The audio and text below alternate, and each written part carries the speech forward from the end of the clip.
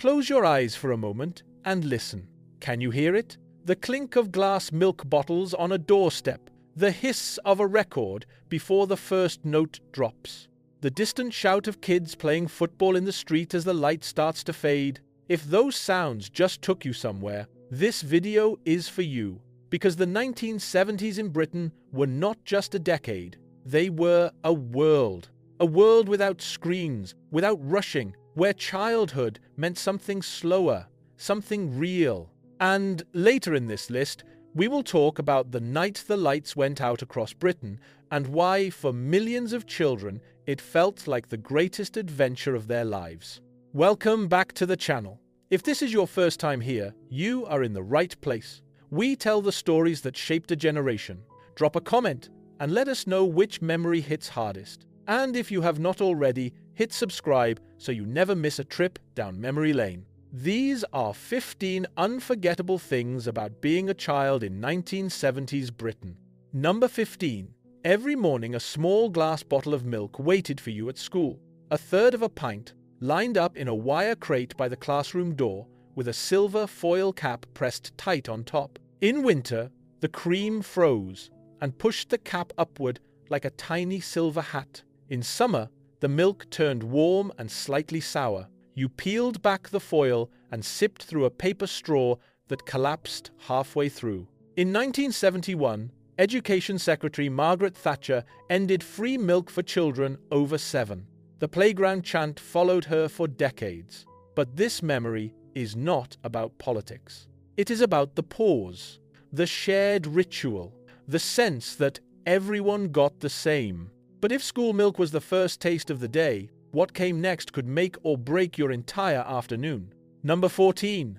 The penny sweet shop. That corner shop with tall glass jars stacked behind the counter and a world of colour glowing under the strip light. You walked in with 10 pence and the power of a king. Blackjacks for a halfpenny, fruit salads, sherbet dib-dabs, flying saucers, love hearts, and those beautiful square spangles in the striped packet. A recent survey found spangles are still the #1 sweet British adults want brought back more than 40 years after Mars discontinued them in 1984. The shopkeeper counted each one into a white paper bag and handed it over like treasure.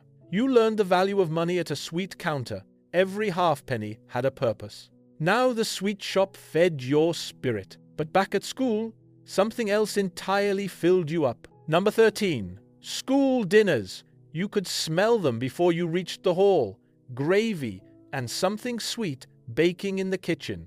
The dinner ladies stood behind the hatch in white pinnies and hairnets, armed with ladles the size of tennis rackets. Steaming mash, mince, and dumplings, fish fingers on Fridays, then the puddings. Pink custard over sponge cake, jam roly-poly, spotted dick. Getting seconds felt like winning the pools. Those meals were never gourmet, but they were warm and shared in a noisy hall full of clattering cutlery and laughter.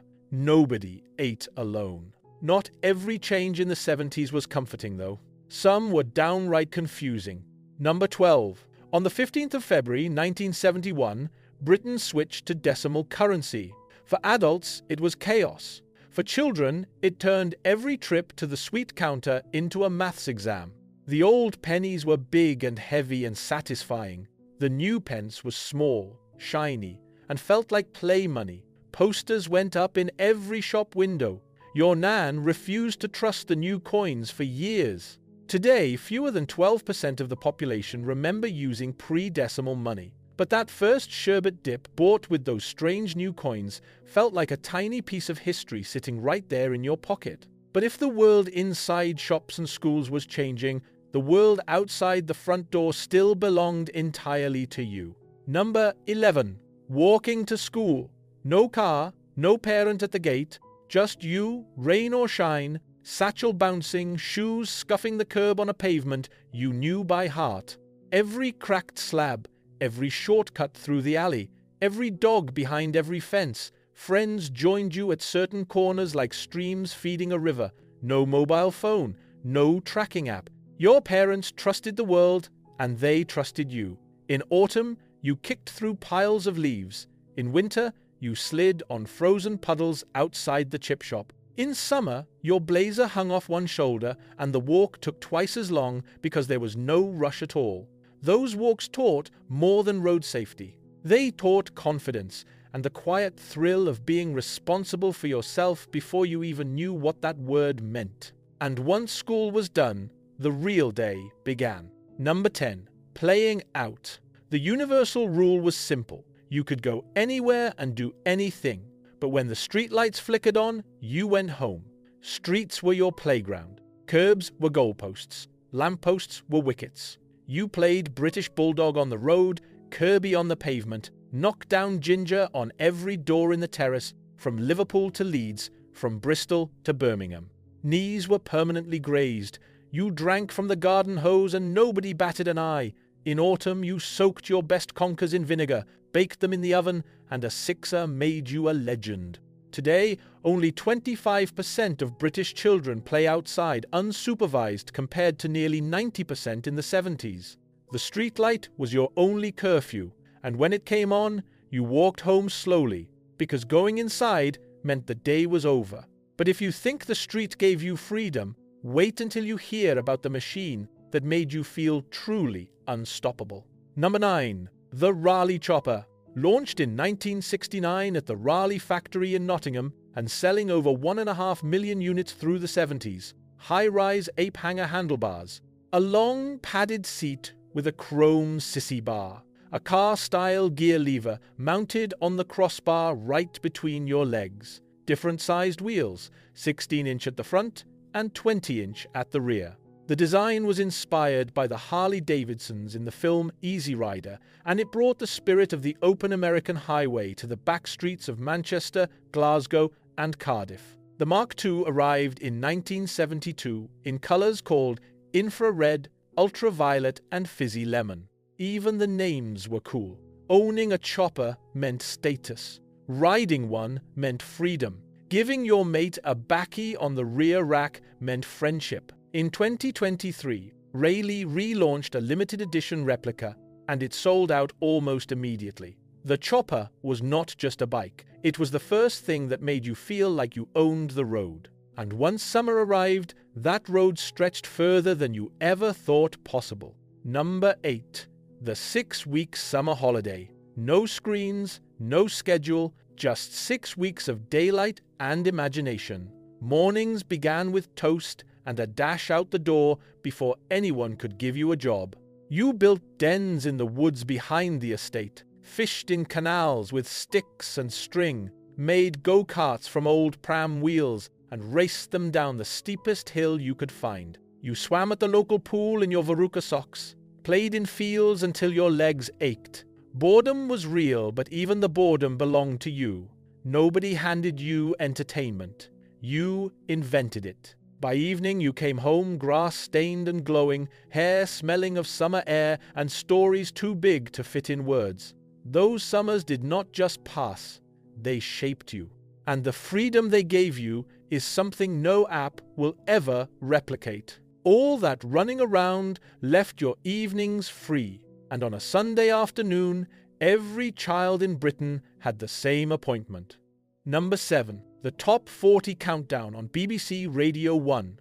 You sat by the radio, finger hovering over the record button on the cassette player, praying the DJ would not talk over the intro. Every climb in the chart felt personal. Would your song reach number 1, or would it tumble out of the list completely? The hiss of tape, rewinding a chewed cassette with a pencil to save batteries, a handwritten label on a C90. These small rituals stitched music into the fabric of your week. Monday morning playgrounds were parliaments of pop, fierce debates about who deserved the top spot, and if the radio made you fall in love with songs, something else made you fall in love with music itself. But that comes later. Number 6. Children's television. Only 3 channels, no catch-up. If you missed it, it was gone forever. Blue Peter was the anchor, John Noakes climbing Nelson's column, Peter Purves and sticky back plastic, Valerie Singleton opening letters from across the country. The badge was a Medal of Honor. Then, This Was on ITV from 1974, Chris Tarrant, Sally James, and a young Lenny Henry throwing custard pies while the phantom flan-flinger terrorized guests. Saturday morning cinema clubs let you in for a few coins to watch cartoons in a dark hall buzzing with kids. Bagpuss, The Clangers, Grange Hill from 1978. These shows were the shared language of a generation. If you knew the theme tune, you belonged. Almost as much as what happened on the one night that brought every street in Britain together. But we are not there yet. Number 5. Panini sticker albums. That crinkle of foil when you tore open a fresh packet, the smell of ink and glue, the hope that this time you would find the one player missing from page 32. Football sticker albums ruled the playground. World Cup editions were sacred texts. You stood in huddles at break time shouting, "Got, need." A shiny was worth 3 regulars. Trades sealed with handshakes, and the social code was absolute. Today, a complete 1970 World Cup Panini albums can sell for over £10,000 at auction. Back then, it just meant you were the envy of every kid on the street. It was not just collecting, it belonged to something bigger. Even a half-finished album held a whole season of dreams between its pages. Number 4. Vinyl records. Before playlists lived on screens, music had weight. You slid a 12-inch LP from its cardboard sleeve, fingertips brushing the glossy artwork, and placed it on the turntable. The needle dropped. A hiss, a crackle. Then the first note filled the room. You listened from start to finish because lifting the needle felt almost disrespectful. Album covers were art. You lay on the bedroom carpet, studying every lyric on the inner sleeve, every photograph, every credit. In the record shop on the high street, you flipped through racks of 7-inch singles, spending pocket money on one precious disc. Friends argued over who had the better speakers and the better collection. Today, vinyl sales in Britain have hit their highest level since 1990, with over 6 million LPs sold last year. Proof that nothing digital has ever matched the ritual of placing a needle on a groove. Vinyl did not just play music. It made you fall in love with it. Every scratch told a story. Now we have talked about the things that gave us joy, but sometimes the most unforgettable moments come from the most unexpected places. Number 3. The power cuts. In 1972, the miners went on strike. Coal stocks ran low, and the power stations could not cope. Then, in early 1974, Prime Minister Edward Heath introduced the 3-day week. Electricity was rationed. Television is cut off at 10:30 every night. Shops ran out of candle. For adults, it was hard, but for children, something magical happened. The lights flickered, dimmed to brown, then went black. Your family gathered in one room around the coal fire. Candles threw long shadows up the walls. Out came the board games, the playing cards, the ghost stories. Your mum made toast on a long fork over the fire. Neighbours knocked on doors to share candles. The whole street was dark. No streetlights, no glow from windows. Just stars above the rooftops. In Sheffield and Swansea and Sunderland, the lights always came back. But something about those dark evenings never left. Huddled together by firelight with nothing but each other, those were the nights that made a family feel like a family. Number 2. Bonfire Night. The 5th of November. For a 70s child, this was the biggest night of the year.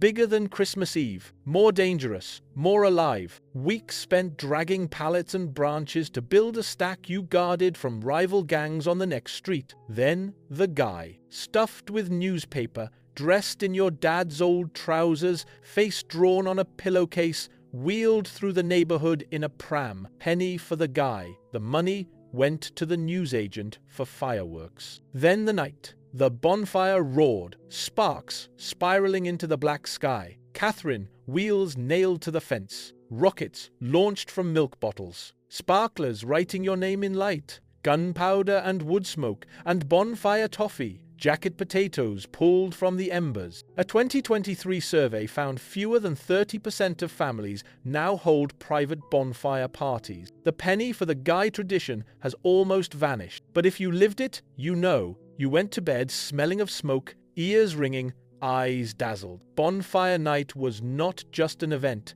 it was a feeling, and you never forget a feeling like that. Number 1. Before every room had its own screen, the evenings belonged to the family, and the family belonged to the board game. The carpet became a battlefield. The dining table became a crime scene. Cluedo turned you into a detective. Was it Colonel Mustard in the library with the candlestick? Monopoly turned you into a mogul until someone landed on your hotels in Mayfair and the whole thing erupted. The operation tested your nerves. Mousetrap never worked properly, but you set it up every time. Buckaroo, Kerplunk, Connect 4, Dice Roll, fortunes rose and fell. So did tempers. More than once, a losing player slammed the board shut and stalked off in defeat. The rest collapsed in laughter. Someone always cheated at Monopoly. Someone always accused someone else of cheating at Monopoly. This was tradition. Today, the British board game market is worth over £700 million as families rediscover what we knew all along. Those nights were the glue. Laughter, argument, triumph and defeat, all shared under one roof with no notifications and no distractions, just us. The 1970s were not just a decade. They were a way of growing up that felt free and full of wonder. No screens, no rush. Just simple joys that stayed with us long after the music stopped and the sweet shops closed. Which of these 15 memories do you miss the most? Tell us in the comments. Share this with someone who remembers the taste of sherbet, the sound of a Raleigh Chopper on the street, or the warmth of a bonfire on a cold November night, because every memory is a piece of who we are. And some things are just too good to forget.